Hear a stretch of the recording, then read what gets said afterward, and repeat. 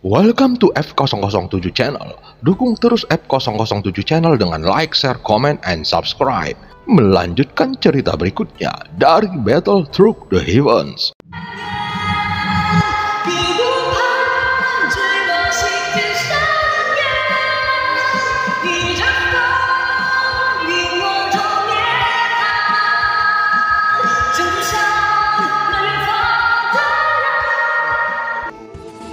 Selamat beraktivitas dan terima kasih atas dukungannya selama ini. Semoga semua sobat F007 selalu diberikan kesehatan dan rezeki yang berlimpah. Amin ya robbal alamin. Pada part sebelumnya, Avatar Chimi terus memprovokasi Wanji dan mengatakan bahwa ini hanyalah ilusi dan dia sebenarnya sudah lama mati. Tentu saja hal ini menyebabkan Wanji menjadi sangat murka sehingga dia memutuskan untuk membunuh Avatar Chimi. Namun tiba-tiba Xiaoyan muncul di hadapannya dan memblokir serangannya. Sehingga membuat Wanji sangat terkejut karena dia berpikir telah membunuh Xiaoyan sebelumnya. Menyembunyikan kekuatanmu? Bagaimana mungkin kamu bisa menyembunyikan kekuatanmu di bawah mataku? Wanji berkata dengan ekspresi keterkejutan di matanya. Dia segera memuntahkan seteguk darah dan menyeka darah dari sudut mulutnya. Kemudian melihat Xiaoyan dengan dingin. Setelah menstabilkan tubuhnya, noda darah di wajahnya pun tampak menghilang seolah-olah tidak ada luka apapun di tubuhnya. Mata Xiaoyan sedikit menyipit. Dia sudah mempunyai gambaran bagus tentang sejauh mana serangan tadi. Walaupun demikian, faktanya tubuh Wanji tidak mengalami cedera apapun dan masih tampak utuh. Apa sebenarnya keabadian para dewa itu? Apakah itu benar-benar abadi? Xiaoyan bergumam pelan. Dia melihat Wanji memutar lehernya dan menggerakkan ototnya sedikit. Saat melihat Xiaoyan, matanya dipenuhi dengan semangat juang. Saat ini Wanji mengangkat tangannya dan melambaikannya. Kemudian kekuatan tak terlihat mengalir ke arah Xiaoyan. Saat ini Wanji mengangkat tangannya dan melambaikannya. Kemudian kekuatan tak terlihat mengalir ke arah Xiaoyan. Dalam sekejap, mata Xiaoyan menjadi gelap dan dia sama sekali tidak takut. Telapak kakinya tiba-tiba keluar dan sosoknya menghilang dalam sekejap. Saat muncul kembali, Xiaoyan sudah berada di belakangnya.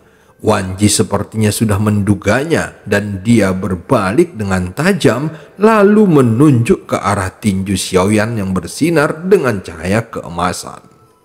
Pada saat yang bersamaan, kedua kekuatan sengit itu akhirnya bertabrakan. Dampaknya kali ini benar-benar tidak dapat dibandingkan dengan konfrontasi sebelumnya.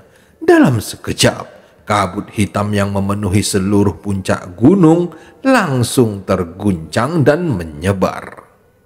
Saat ini semua puncak gunung yang tersapu hancur berkeping-keping dalam sekejap. Ledakan itu telah menghancurkan semua rintangan yang terlihat hingga rata dengan tanah. Bahkan Zhonggu dan yang lainnya pun terperangah melihat adegan ini. Namun pada saat ini, perlindungan mereka menjadi lebih rentan, sehingga mereka hanya bisa mundur ribuan kaki. Tuan Zhonggu Doshi, apa sebenarnya kekuatan budak dewamu itu? Long Biao menarik nafasnya dalam-dalam dan bertanya dengan hati-hati. Saat menyaksikan dua orang yang bertarung satu sama lain di udara, Long Biao tidak dapat mempercayainya sama sekali. Sebelumnya, Xiaoyan jelas berada di ambang kematian, tetapi dia sanggup berdiri lagi, bahkan sekarang dia memiliki kekuatan absolut. Saat ini Zhonggu tidak menjawab Long Biao, namun mata Zhonggu juga bersinar terang. Baginya, semakin kuat Xiaoyan, maka itu akan semakin baik. Dengan cara ini, dia juga akan mendapatkan keuntungan dan itu juga bisa meningkatkan kekuatannya lebih jauh. Selain Zhonggu dan 3 orang lainnya, sebenarnya ada juga sosok lain yang tidak jauh dari mereka. Hanya saja lokasinya jelas berbeda dan sepertinya tidak ada dari mereka yang memperhatikannya. Orang ini menjadi semakin menarik. Dia tiba-tiba memiliki kekuatan keabadian para dewa. Dan kekuatan ini sebenarnya berasal dari roh dunia kuno dewa abadi dan iblis. Siapa dia sebenarnya? Sehingga bisa membuat roh dunia kuno dewa abadi dan iblis datang membantunya. Dari apa yang mereka katakan sebelumnya, mereka adalah avatar dari master jahat. Aku telah mendengar tentang master jahat ini. Mungkinkah Wanji itu adalah master jahat dan orang ini adalah avatar dari master jahat? Siluet indah yang melayang di udara ini memiliki bentuk tubuh yang indah dan tentu saja sosok ini adalah Yuyan yang terus mengikuti Xiaoyan sepanjang waktu. Dia tidak tertarik pada apapun di sini dan dia datang ke sini hanya karena Xiaoyan. Di bawah rok panjang putihnya, itu mengungkapkan dua kaki batu giok seperti ular piton putih yang memancarkan rasa percaya diri dan keindahan. Sehingga dalam setiap gerakannya dipenuhi pesona yang unik. Aku juga tidak tahu apakah orang ini yang telah membuatkan pil untukku. Jika dia memang adalah sosok nomor 9 di alam dewa kekacauan, maka itu akan sangat bagus. Setelah dia berhasil menyelamatkan dunia kuno dewa abadi dan iblis, dia juga bisa membuatkan pil yang lebih enak untukku. Saat Yuyan mengatakan ini, dia tidak bisa menahan diri untuk tidak menjilat bibir merahnya. Mata indahnya sedikit menyipit saat melihat Xiaoyan dan tanpa sadar, sudut mulutnya terangkat dan untuk beberapa waktu matanya juga dipenuhi dengan harapan. Meskipun penampilan avatar ini tidak bisa menandingi kemampuan tubuh aslinya, tetapi itu tidak akan menjadi masalah besar jika dia bisa melepaskan kekuatan penuhnya. Yuyan bergumam sambil sedikit menundukkan kepalanya. Aku akan mengambil keuntungan dari situasi ini dan meningkatkan harga diriku. Setelah mengatakannya, dia tersenyum puas. Dia berpikir akan menggunakan Xiaoyan untuk mengalahkannya sehingga semuanya akan terungkap. Saat ini tampak ada banyak penonton di sekitarnya. Pertarungan antara keduanya telah meruntuhkan area di sekitarnya sehingga rata dengan tanah dan itu juga tampak seperti membentuk sebuah arena. Saat ini keduanya terus bentrok dan saling jual serangan pun terjadi terus-menerus. Apakah kalian melihat itu? Sekarang kita lebih unggul. Long Biao berkata dengan serius dan matanya tidak lepas dari setiap momen yang terjadi. Bagaimana caramu melihatnya? Bagiku sepertinya mereka seimbang. Saat ini hanya si Xiao yang menanggapi kata-kata Long Biao. Orang kita dipukul mundur sebanyak 3 kali, sementara lawannya dipukul mundur 6 kali. Meski nampaknya keduanya saling jual beli serangan, namun faktanya kita masih lebih unggul. Long Biao berkata dengan serius. Si Xiao langsung terdiam setelah mendengar ini. Saat melihat Long Biao ada ketidakberdayaan di mata si Xiao. Pada saat ini kedua belah pihak terus bertabrakan dengan liar. Terlihat tinju Xiaoyan bersinar dengan cahaya keemasan. Xiaoyan sebenarnya tidak tahu level apa yang telah dia capai sekarang. Namun dia hanya merasakan ada aliran kekuatan yang kuat terus mengalir keluar dari tubuhnya. Dan kekuatan ini menjadi semakin kuat saat Xiaoyan terus bertarung. Hal ini semakin menyulitkan Wanji yang terus menunjuk dengan jarinya. Saat ini matanya berangsur-angsur menjadi tidak lagi tenang dan sudah ada sedikit kepanikan di matanya. Xiaoyan terus menggunakan 82 pukulan para dewa dan selama periode ini Xiaoyan memikirkan tentang apa yang dikatakan Wanji sebelumnya.